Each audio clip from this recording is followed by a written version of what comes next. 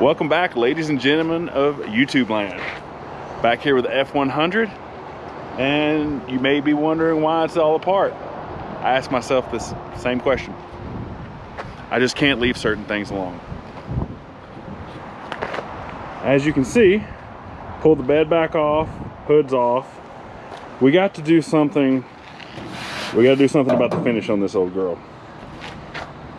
She's gonna need clear coat, some kind of oil. I got my man Taylor, Freak Productions, Freak Studios, Freak Live, something like that. He's here, gonna give us a hand and make this thing nice and pretty. A lot of this truck is actually pretty bright, but you can see all my dingy handprints from working on it. And you know, we have where we played with some spray paint, just trying to play with things, and we did a little body work when we flared those fenders. So today's goal is going to get everything cleaned. Well, it probably won't be today. This video's goal: get everything cleaned. We're going to patina blend all the areas that need patina blending, and then we're going to satin clear coat it, right, Taylor? Right. There we go. So yeah, first things first, got to get it clean. So let's show you our little secret recipe. Slap it down. Just set it down. Boom. Boom. You said slap it down, I slapped it down. That was a little much. Yeah, apparently. All right, so what we're using here is Malco brand surface prep. So what this is, it's a solution, has a little bit of a grit in it to help create mechanical adhesion for the clear coat to stick to, and then a gray Scotch-Brite pad. Nothing crazy here, just normal gray. Some people like red, some people like white. I found that gray works the best. It gives it a nice etch, but doesn't leave too much of a scratch that you have to worry about hammering a bunch of clear into. So yeah, I guess it's time to start scrubbing. I got excited. Does that happen to you often? Only sometimes. It was a little premature, but it's okay. Let's get to work. Oh man. All right, so a little test spot here. You can see just kind of grungy, kind of nasty. We got to fix that. We don't want to clear coat over that. So first things first, wet it down. Put a little daub on there, and just kind of scrub it up. There's no crazy science. There's no weird techniques. You just scrub it till it's clean. So remember, the pad is giving an etch as well as the surface prep solution, chemical, whatever you want to call it. So you're going to get the mechanical adhesion. If you just put clear over this, chances are it's going to peel off over time. And for all the people that say we should oil it or whatever, sauce it, that stuff is great. It has its purpose, not on this particular truck. And let me show you why. This particular truck is going to have areas that's going to be blended in, so you're going to have base coat, and that needs some kind of clear over it to protect it from coming off later. And also on this particular truck, it's got some little areas that the paint's kind of fleeking off. So if you oil this down and the paint fleeks off, then nothing's there. You just have to keep doing it and doing it. And for us, having a shop, it's just easy just to spray it. So you can see right there, just one little quick go around. Look how much brighter that area is than that, for instance. Huge difference. No, just the rest of the truck to do. Just the rest of the truck to do.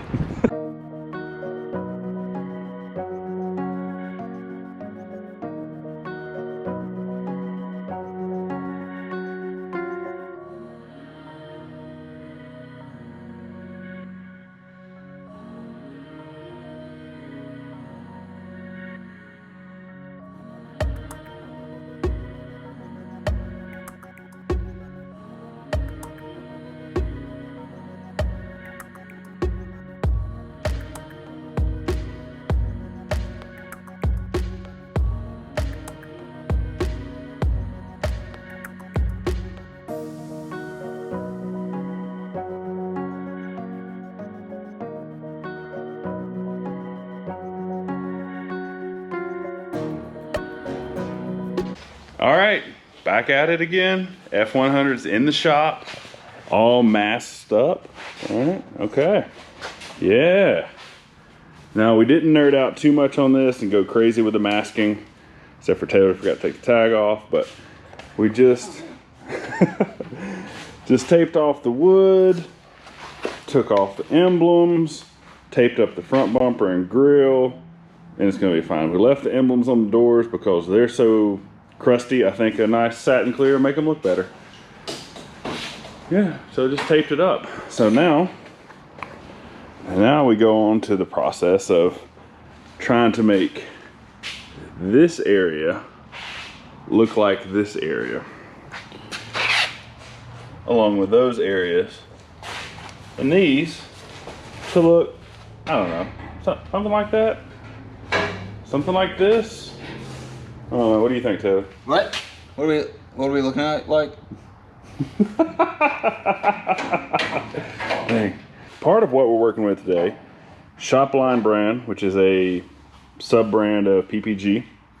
This is their J51 red oxide, and we doctored the color up ever so slightly. I don't even know if the color's going to come through on camera properly, but doctored it up to imitate the red here and the red on the top of the cab. So the idea here is going to be, we're going to put the red oxide down first in the troubled areas, then some white, and just give it a little Sandarooski, and she should be Patina Turner, right? Patina Turner. Yes. Got everything cleaned, wiped down with some wax and grease remover. Now it's time for some basic, oh, and tack rag. Don't forget your tack rag. We don't want to go and just blow overspray everywhere. Like we talked about, we're going to start with this red oxide color first. So went ahead and masked off some of these areas so it doesn't blow down. Now we're just going to dust them in. So excuse me while I jump in my spacesuit.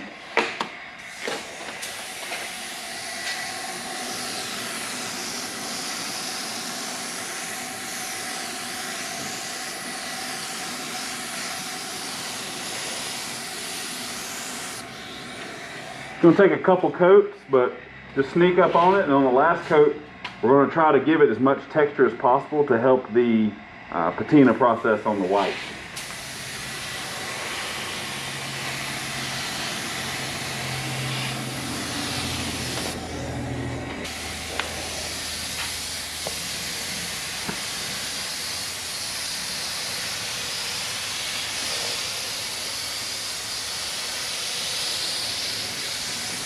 Well, we got the red on. Now let's put a little white on.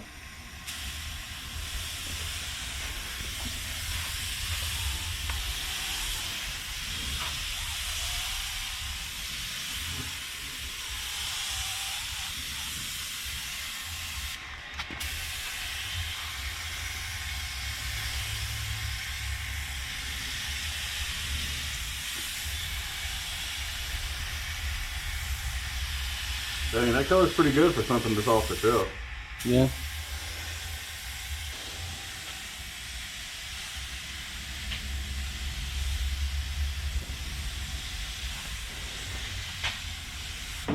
There we go, random cardboard for the win.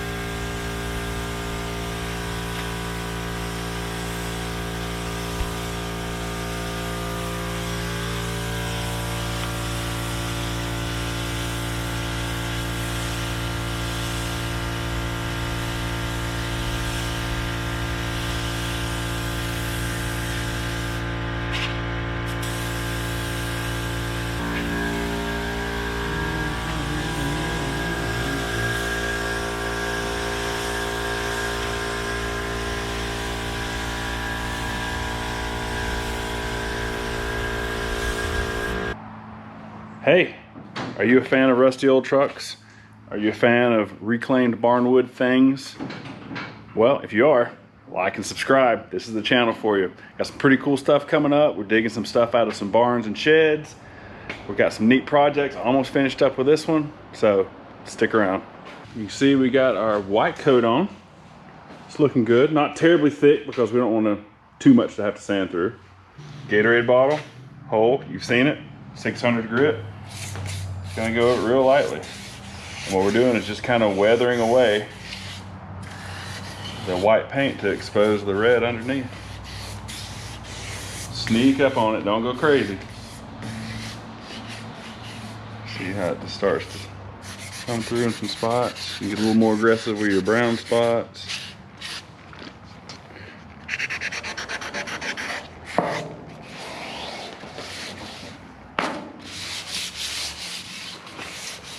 There we go. Not too much now. You're just kind of basically imitating what Mother Nature would have done. Taking off just a little bit of the paint.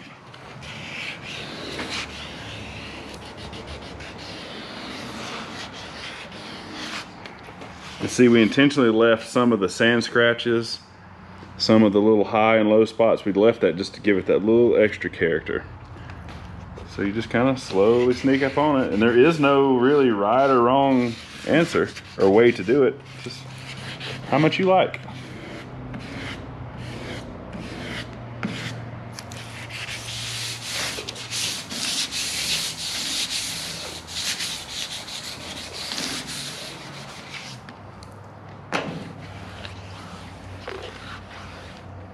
A little more on the back here.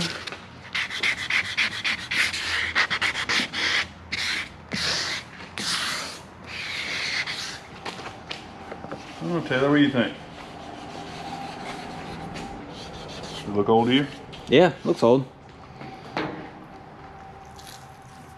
You know, if this thing was super nice, we'd probably ship it up to Street Machinery, get the fellas up there. That dude Boris does just unbelievable work.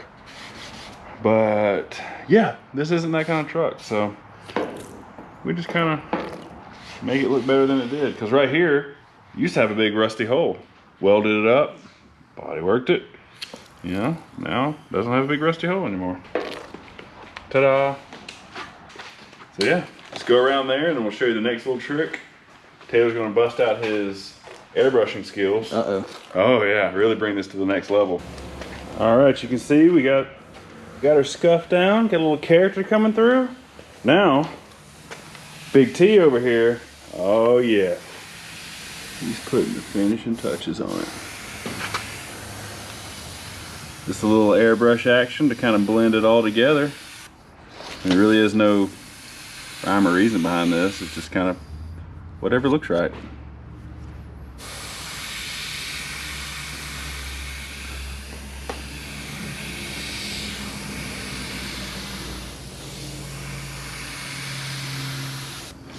There we go. Basically what we're trying to emulate here is where that ridge would have been worn down over the years and got a little surface rust on it. So, I mean, I believe it.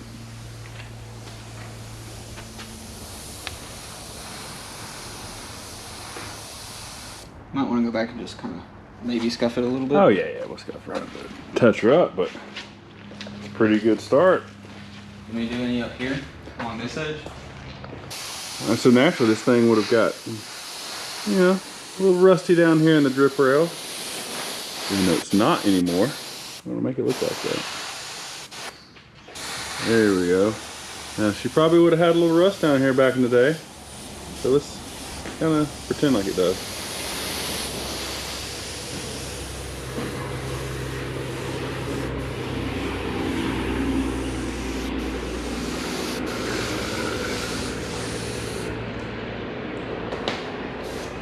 Huh, yeah, there, rusty.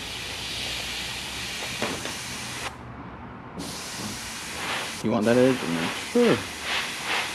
Everything about it, we'll just sand it back off. We don't like it. Right.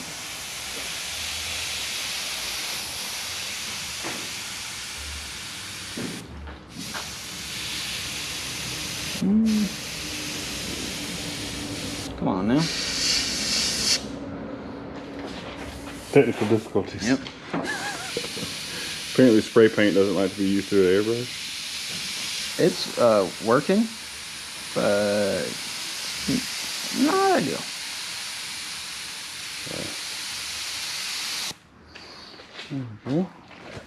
I said we could probably put a little right there to kind of blend the upper and lower together.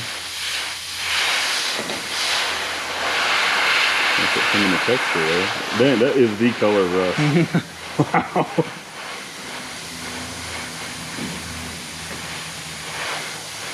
Yeah, I'll go back through and sand a little bit of this. And little pits.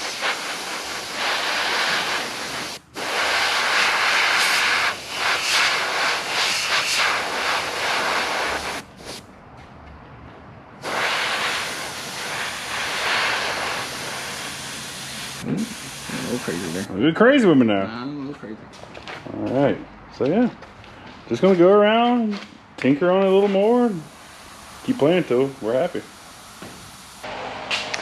Alright, here we are, day 3 of tinkering with this project. Like my buddy Andrew says, an hour a day, right? So just trying to get it in when we can. Coming in on Sunday to knock this out so it doesn't get in the way of my normal 9 to 5. But let me show you where Taylor and I got yesterday.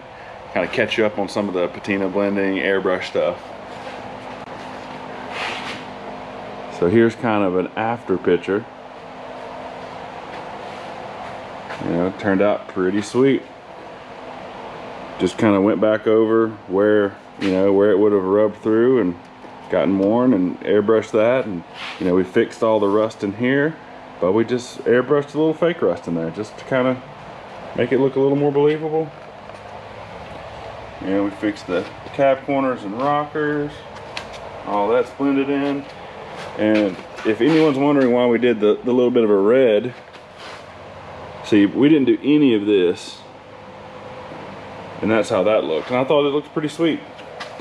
So that's why we imitated that down there to kind of make it look believable, like it would have all happened at the same time, maybe-ish. I don't know. Fender's done. Remember we body worked all that after we flared them. You know, it's looking pretty sweet. So let me give you the rundown on what we're going to use.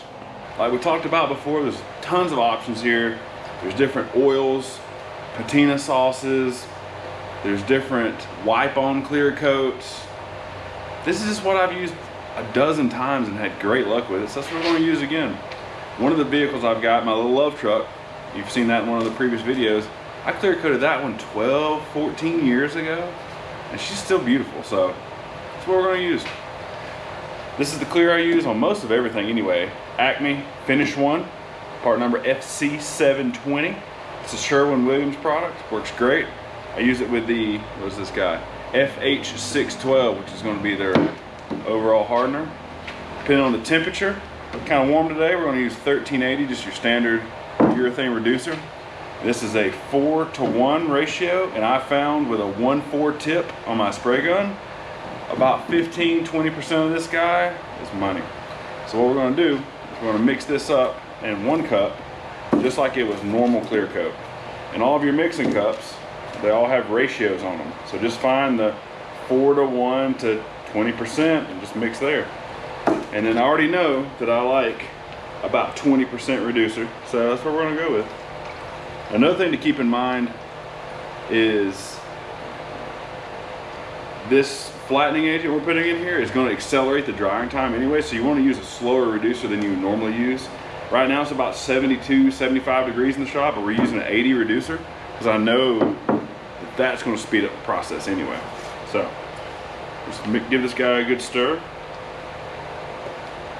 And a big thing here is not to like cross-contaminate and use, like, guess at things.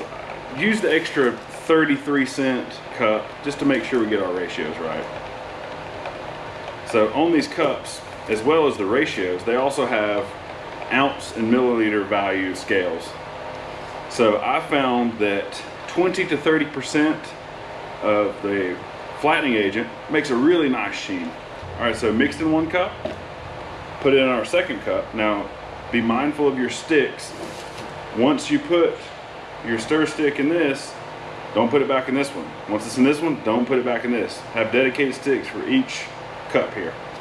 Now the flattening agents, there are a bunch of different ones. This is DX10. It's a PPG flattening agent. It works great.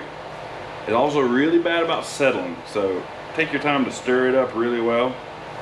Stir it up a lot off camera. So like I said, 20% reduction. 20% reduction in, yeah, shine. So we put up to 20 ounces, and then we're going to put 4 ounces of this. So a 20% ratio, I guess you'd say. You get what I'm trying to say.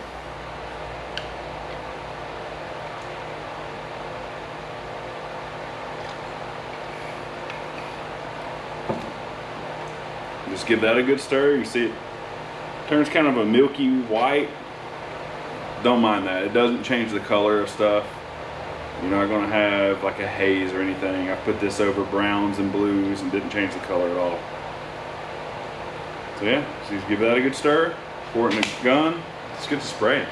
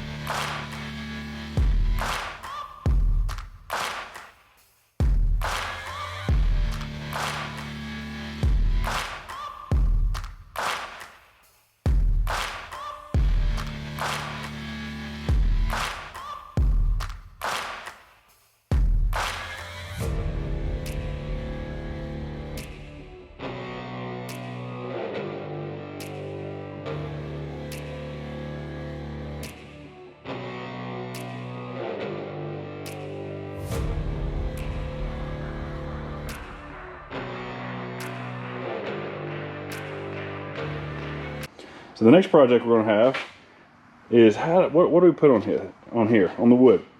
I've had different comments, which I always appreciate you guys comments. Some people like boiled linseed oil, some people automatic transmission fluid, old motor oil, whatever. All of that would work, but I just happen to have some of this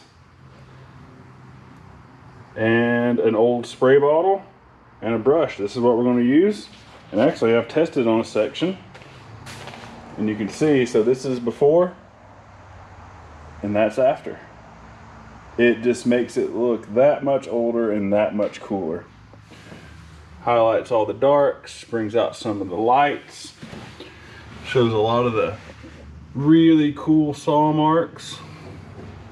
So yeah.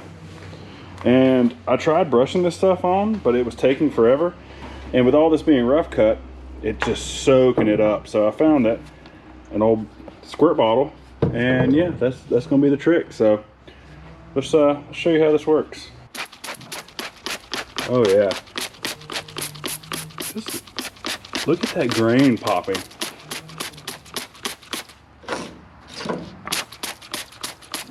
Look how freaking sweet that is.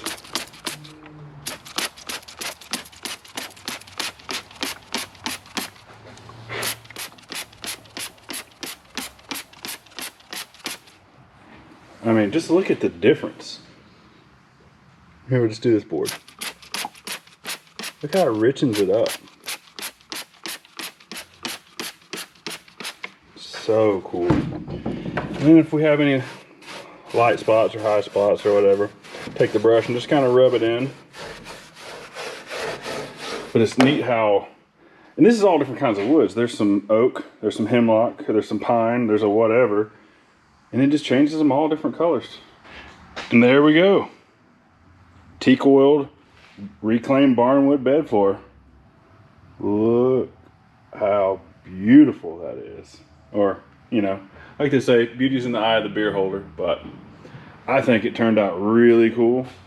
So as you've seen, I just took the squirt bottle, sprayed it till it looked even, rubbed it in with a paintbrush, and then I went back on all the metal surfaces. I had a piece of cardboard to kind of help keep the overspray off of that, because I'm not 100% sure what teak oil will do to fresh satin clear coat. So I kept most of it off with the cardboard. As soon as I was done, I went back with some very mild ammonia-free window cleaner and wiped all the clear back off, or all the oil off the clear. There we go. And yeah, I mean, just beautiful. All right, so that's gonna be it for this video. So here it is. Here's a look at outside. I don't know how much the camera's really gonna pick up, like I said, but the sheen on this is perfect. I mean, it's not shiny, but it's not chalky, which is one of my fears anytime I do white and satin, is it'll look chalky. This doesn't. This has a nice shine to it. Too bad it's overcast. You could tell more about it if the sun was out, but man, looks really cool. I went over the bumpers and grill with not Scotch-Brite, SOS pad, brighten those up a little bit. Still got to clean the wheels and whatnot, but you kind of see where did a little patina blending here and there. Turned out really nice. You know, nice and solid. Yep, in the bed. You see this outside, how that wood just richened up from that little bit of teak oil. It'll probably need another coat. We're gonna let that soak in and do its thing. You know, get rained on a few times, and now I know the trick with the squirt bottle. It's not that big a deal. So yeah, little outside view of it here. Left the taillights out because we got to do headlights, taillights, and stuff next. So just went ahead and left those out. But you see how neat all that looks. It's got just a really cool sheen on it. I love the bed scars. You know, we talked about rusting these, but when we pulled it out there, I was like, you know, those with the caps, the chrome bumpers, you know, it kind of goes together. And also Taylor made the point of it would look kind of goofy if it just had two symmetrical lines. So yeah, there it is. Oh, almost forgot to show you. When we were up under here putting the bed back on, went ahead and put my gas cap or gas filler. So I just took the stock one, and it was a solid pipe that went, you know, from this all the way inside the tank. I cut it. It had a 45. I sliced it and kind of rolled it more towards the 90, welded it back up, and went and got some 1-inch fuel safe hose to go between the two. And yeah, now here we go. Let's put the fuel in, put the cap on, which obviously I'm going to get a real cap, but you know, simple, clean, kind of out of the way. Didn't want to go through the bedside because that's just goofy. So yeah, interior lights, not too bad. Electric fan doesn't work, but it didn't work when it was still a car, so I don't know what's up with that. Got to do a little diagnostic work, but all in all, I think it turned out really cool. The more and more I do to this, the more and more I'm thinking about keeping it. I don't know, but I say that about all of them, so we'll see. Thanks for sticking around. Like and subscribe, you know the deal. We appreciate it. We're almost at 5K, and it's really cool. So hey, we're just gonna keep this up, keep tinkering and having fun, and you know, giving you guys something to look at, something to watch. So until next time, see ya.